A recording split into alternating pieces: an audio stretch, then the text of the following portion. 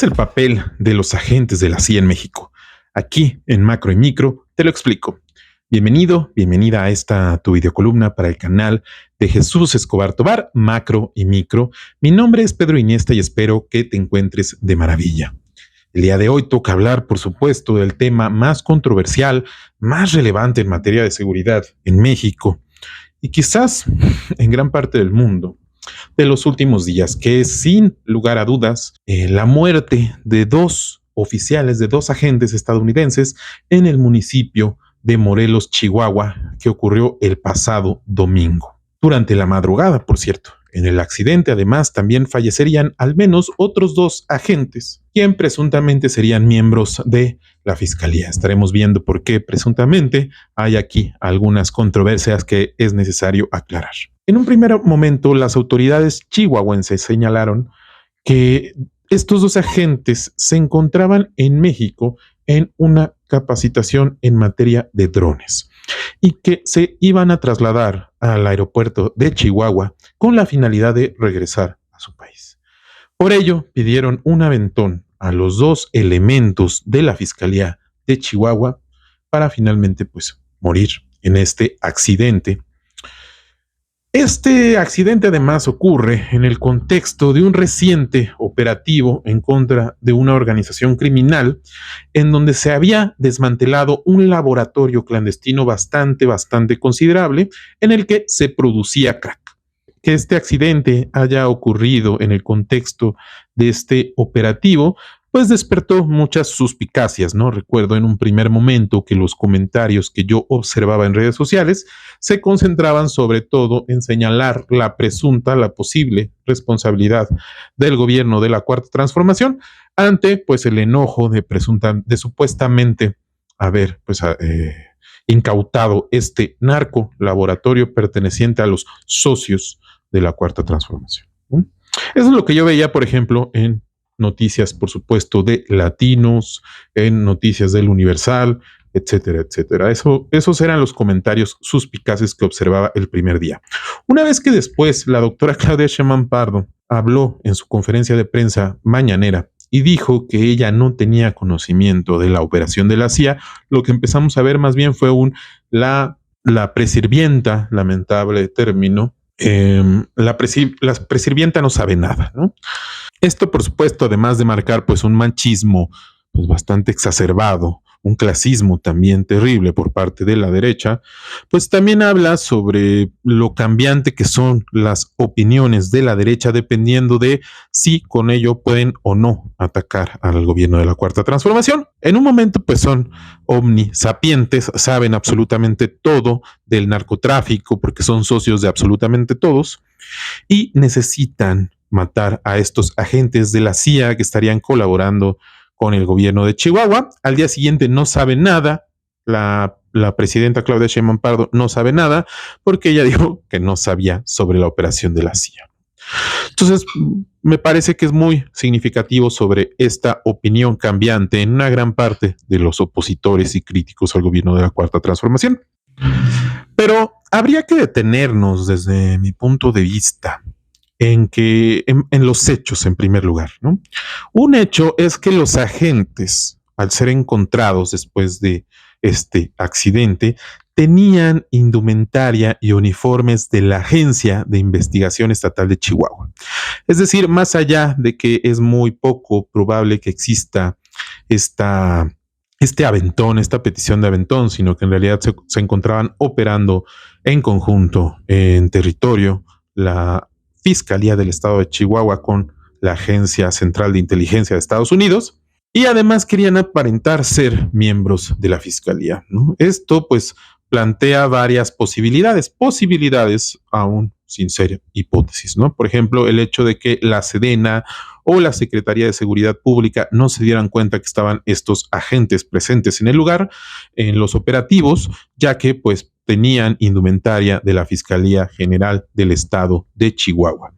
Como ustedes saben, los operativos por lo general son conjuntos y en este operativo que hubo en contra de una presunta organización criminal, participó conjuntamente el Estado de Chihuahua con la Federación a través de la Sedena como pues se lleva a cabo desde por lo menos 1996, cuando fue creado el Sistema Nacional de Seguridad Pública con Ernesto Zedillo Ponce de León. En ese sentido, a pesar de que pudieran ser agentes norteamericanos participando en los operativos conjuntos, la Sedena y la Secretaría de Seguridad Pública no necesariamente se enteraron, no necesariamente pudieron percatarse de que estos agentes pertenecían a la CIA en función de que pues se camuflajeaban con los agentes del Estado.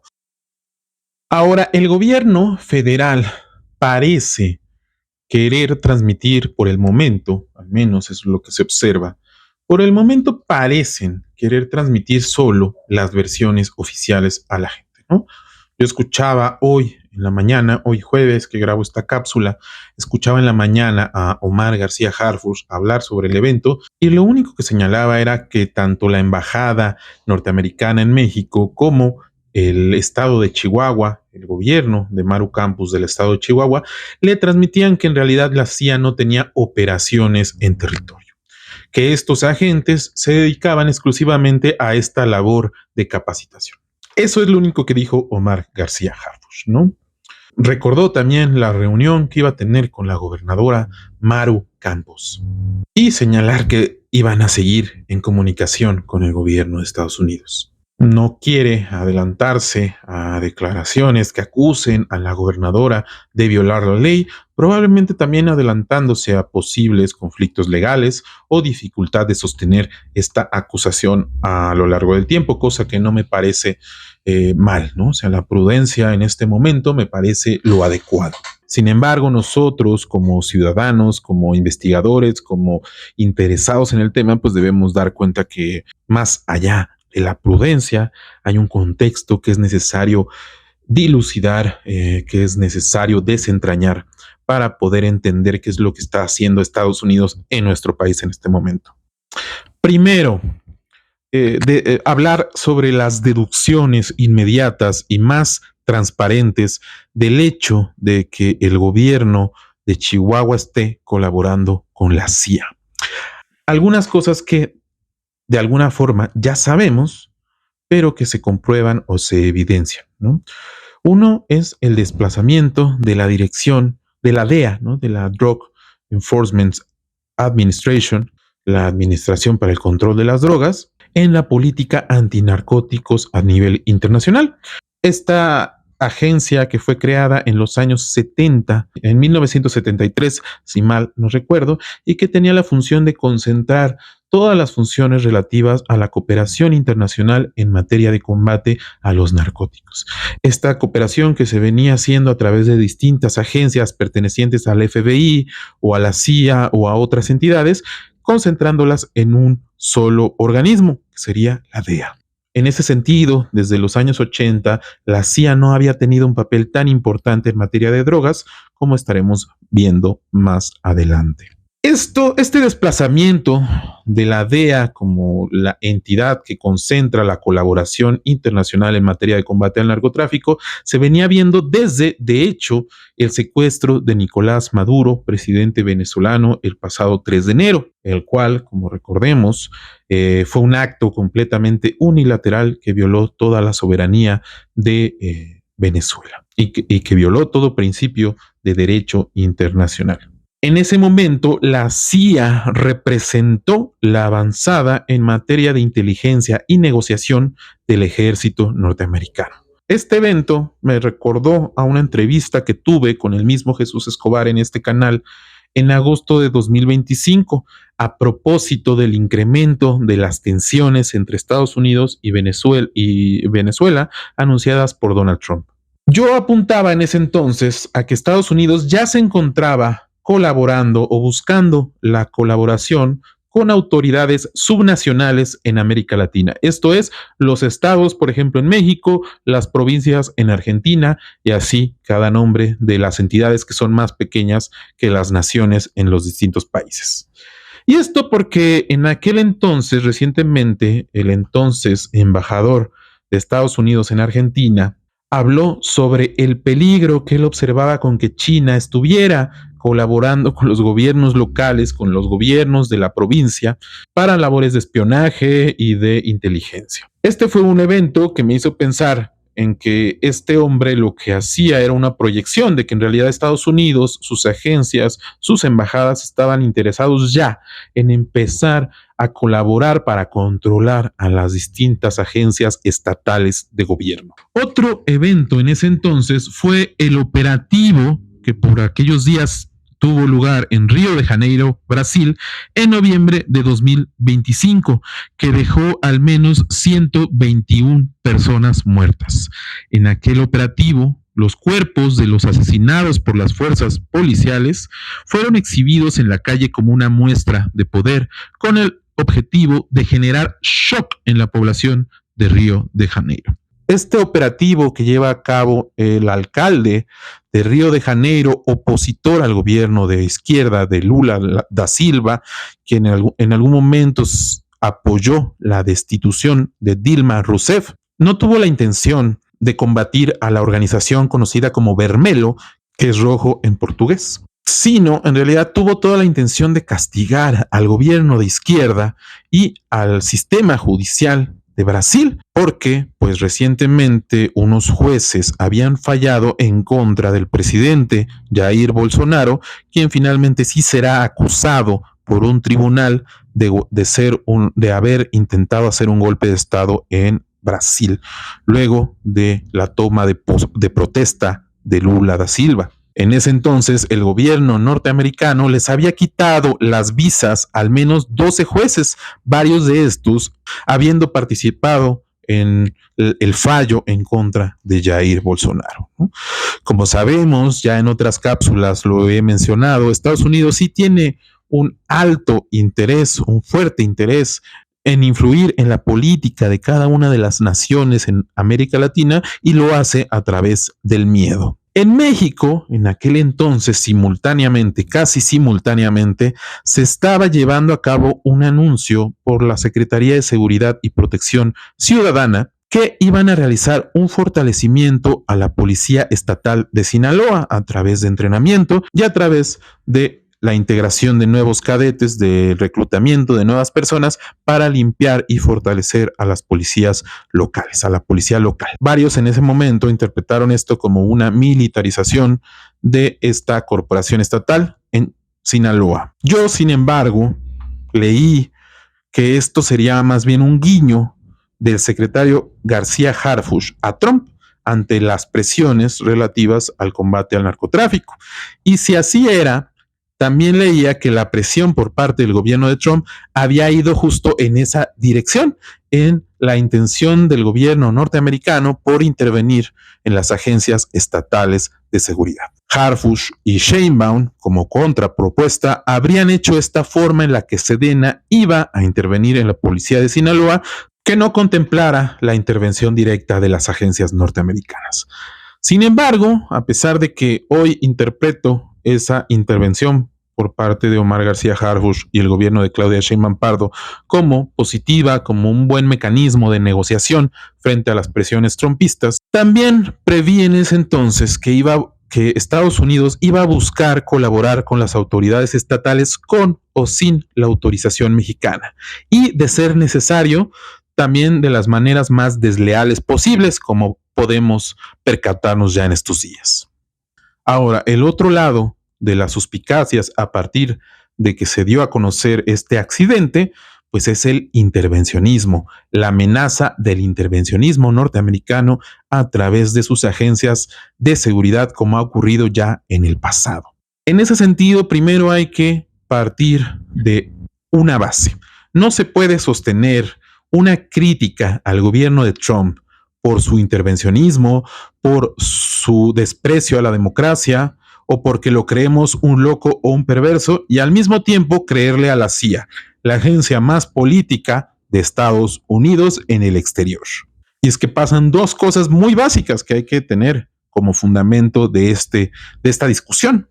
¿Quién es el embajador actual de Estados Unidos en México? Ronald Johnson, un exagente de la CIA y boina verde, es decir, entrenado en fuerzas especiales, experto en lo que ahora se conoce como balcanización. ¿Qué es la balcanización? Generar conflictos internos con la finalidad de generar el mayor caos y desestabilización posible. Además, otro punto que ya lo hemos mencionado en varias ocasiones, el largo historial de la CIA y su tradición por intervenir en la política exterior, en las políticas de otros países, incluso de aquellos socios y cercanos a los gobiernos de Estados Unidos en general.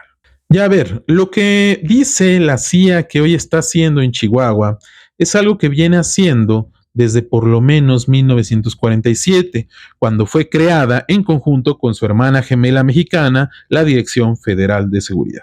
Ambas policías o agencias de carácter político, ambas asesoradas por el Federal Bureau of Investigation, es decir, el FBI. En este momento, lo nuevo sería que esta colaboración es de un gobierno estatal aparentemente autónomo del gobierno federal, ¿no?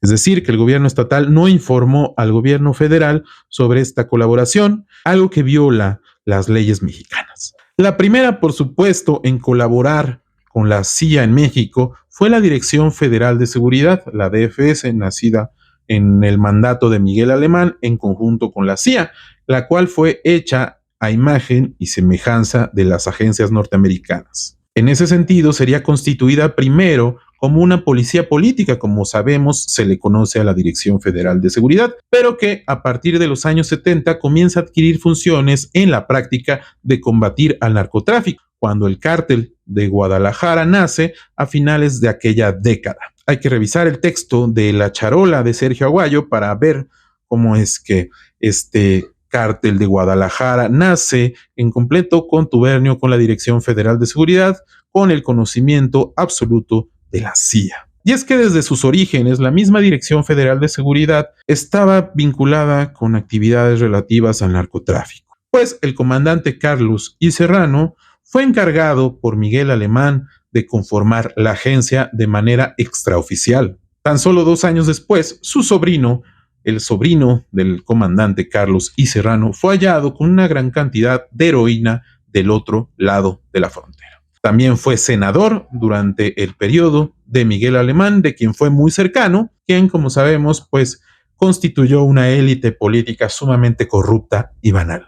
Una élite política que dejó detrás una estela de corrupción por donde se paraba, incluyendo, por supuesto, la Dirección Federal de Seguridad y la PGR, la Procuraduría General de la República, que fue fundada también en aquel sexenio. Sabemos que la Dirección Federal de Seguridad fue clausurada en 1985, luego del asesinato del agente de la DEA, Enrique Kiki Camarena.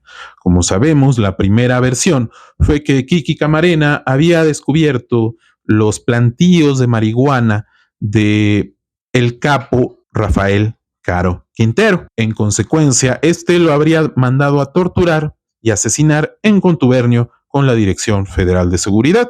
Luego de que se hizo pública esta versión, el gobierno mexicano fue presionado para que la Dirección Federal de Seguridad fuera pues desmantelada, y finalmente estas labores terminaron cayendo sobre todo en la PGR y en otras agencias. Ahora bien, me parece que hay que detenernos en varias ideas que vengo rumiando desde hace tiempo.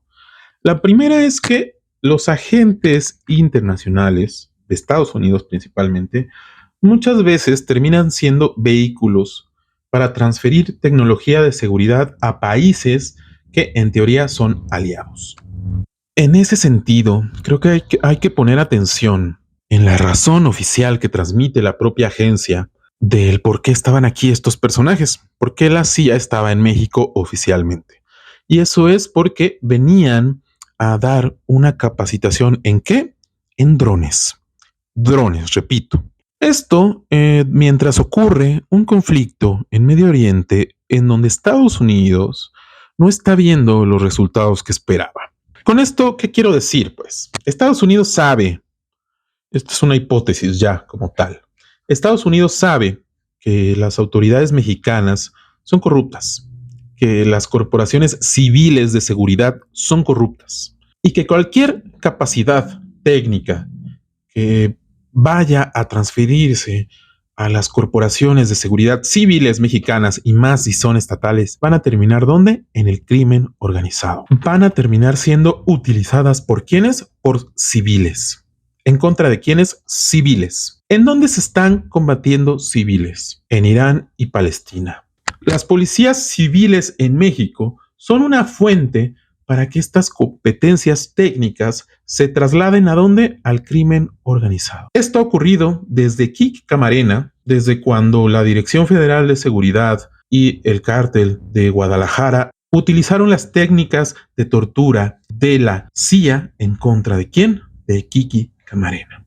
Hasta los Zetas. ¿Qué son los Zetas? Los Zetas son un grupo conformado por exmiembros del Grupo Aeromóvil de Fuerzas Especiales, los GAFES, entrenados con el esquema de Fuerzas Especiales, primero en Estados Unidos y luego en México. Y es que los Zetas, antes de participar como miembros de un grupo criminal, fueron elementos militares, elementos de las Fuerzas Especiales de los GAFES transferidos a la AFI, a la Agencia Federal de Investigaciones. Entonces, ¿qué es lo que vemos sistemáticamente? Existe un patrón en el cual cualquier capacidad o competencia técnica que las agencias federales norteamericanas le transfieran a las agencias civiles mexicanas han terminado en las manos del crimen organizado.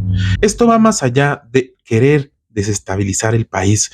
Esto va directamente a ser un territorio de experimentación de las nuevas tecnologías enfocadas en asesinar civiles, utilizadas por Israel, utilizadas por Ucrania, utilizadas por Estados Unidos en contra de los palestinos, de los rusos, de los iraníes y de cualquier población que se encuentren de frente. Los ejércitos, empresas militares de las grandes potencias, Israel, Estados Unidos, Europa, hasta hace algunos meses por lo menos, ya veremos qué pasa. Hasta ahora hay que aclarar algo. El uso de drones en México había estado limitado. La mayoría de los casos de uso de drones por los grupos criminales habían sido drones de venta civil, no drones militares, modificados, sí, para poder transportar y dirigir explosivos y otro tipo de armas. Probablemente en esta modificación tenga que ver esos mercenarios colombianos que terminaron trabajando en el cártel Jalisco Nueva Generación después de haber estado en Ucrania probando los drones de carácter modificados. No nos extrañemos que a partir de ahora empecemos a ver distintos eventos de violencia, drones ya no de venta civil, sino de carácter militar, utilizados por Ucrania, utilizados por Israel y utilizados por Estados Unidos. Espero equivocarme, sin embargo, lo veo muy probable.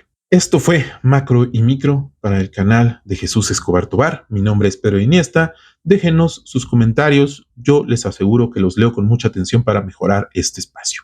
Espero que tengan una excelente tarde y que nos veamos en la próxima entrega.